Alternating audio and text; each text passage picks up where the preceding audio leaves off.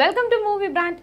ഒരു കാലത്ത് തെന്നിന്ത്യൻ സിനിമാ ലോകത്ത് തിളങ്ങി നിന്നിരുന്ന നടിയാണ് സരിത. ദീർഘനാളത്തെ പ്രണയത്തിന് ശേഷം 1988 സരിതയും മുകേഷും വിവാഹിതരായത്.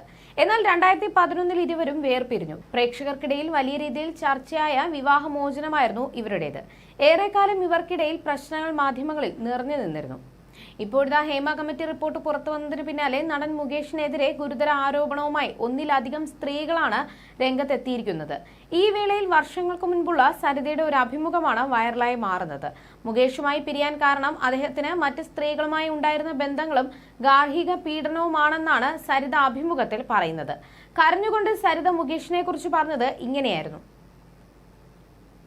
പറയാൻ എനിക്ക് നാണക്കേടായിരുന്നു. ഒരു പെണ്ണിന് ഇങ്ങനെയൊക്കെ അനുഭവിക്കേണ്ടി വരുന്നത് ഞാൻ സിനിമയിൽ കണ്ടിട്ടുണ്ട്, അഭിനയിക്കുകയും ചെയ്തിട്ടുണ്ട്. പക്ഷേ എനിക്ക് തന്നെ അതൊക്കെ സംഭവിക്കുന്നു എന്നത് അംഗീകരിക്കാൻ ബുദ്ധിമുട്ടായിരുന്നു. അതിലൂടെയൊക്കെ കടന്നു പോവുക എന്നത് പ്രയാസകരമായിരുന്നു. ചില മാധ്യമങ്ങളൊക്കെ ചിലതൊക്കെ അറിഞ്ഞു വിളിക്കും. അപ്പോഴൊക്കെ ഒന്നുമില്ലെന്നാണ് ഞാൻ പറയുമായിരുന്നത്. ഒരു പ്രശ്നമില്ലാത്തതുപോലെ ഭാവിക്കുമായിരുന്നു. ഓണത്തിനൊക്കെ സന്തോഷമാണെന്ന് കാണിക്കാൻ ഫോട്ടോകൾ പങ്കുവയ്ക്കും. കുടുംബത്തിൽ പ്രശ്നങ്ങൾ നിലനിൽക്കുന്ന സമയത്തും അദ്ദേഹത്തിന് വേറെ ബന്ധങ്ങൾ ഉണ്ടായിരുന്നു. തെറ്റുകൾ അദ്ദേഹം തിരിച്ചറിയുമെന്ന് ഞാൻ കരുതി. പോലീസിൽ പരാതിപ്പെടാതിരുന്നത് അദ്ദേഹത്തിന്റെ അച്ഛന് ഞാൻ കൊടുത്ത വാക്ക് കാരണമായിരുന്നു. എന്റെ അച്ഛൻ മരിച്ച ശേഷം ഞാൻ അച്ഛനായി കണ്ടിരുന്നത് അദ്ദേഹത്തെയായിരുന്നു. അദ്ദേഹം മരിക്കുന്നത് വരെ ഞാൻ വാക്ക് പാലിച്ചു. ഒരിക്കൽ അവരുടെ വീട്ടിൽ വെച്ച് വീട്ടിലെ ജോലിക്കാരിയുടെ മുന്നിൽ വെച്ച് എന്നെ ഒരുപാട് ഉപദ്രവിച്ചു, അടിക്കുകയൊക്കെ ചെയ്തു. അതോടെ ഞാൻ അവരുടെ വീട്ടിൽ പോകുന്നത് നിർത്തി. ടാക്സ് അടയ്ക്കുന്നതുമായി ബന്ധപ്പെട്ടൊരു കാര്യത്തിന് വന്നപ്പോൾ അച്ഛൻ എയർപോർട്ടിൽ വന്നു. വീട്ടിൽ പോകാമെന്ന് അദ്ദേഹം പറഞ്ഞു. ഇല്ല, ഹോട്ടലിൽ മുറി എടുത്തിട്ടുണ്ടെന്ന് ഞാൻ പറഞ്ഞു. അദ്ദേഹം എന്റെ കൂടെ വന്നു. മുറിയിൽ വെച്ച് അദ്ദേഹം എന്റെ കൈ പിടിച്ചു കരഞ്ഞു. നീ അനുഭവിക്കുന്നത് എന്താണെന്ന് എനിക്കറിയാം.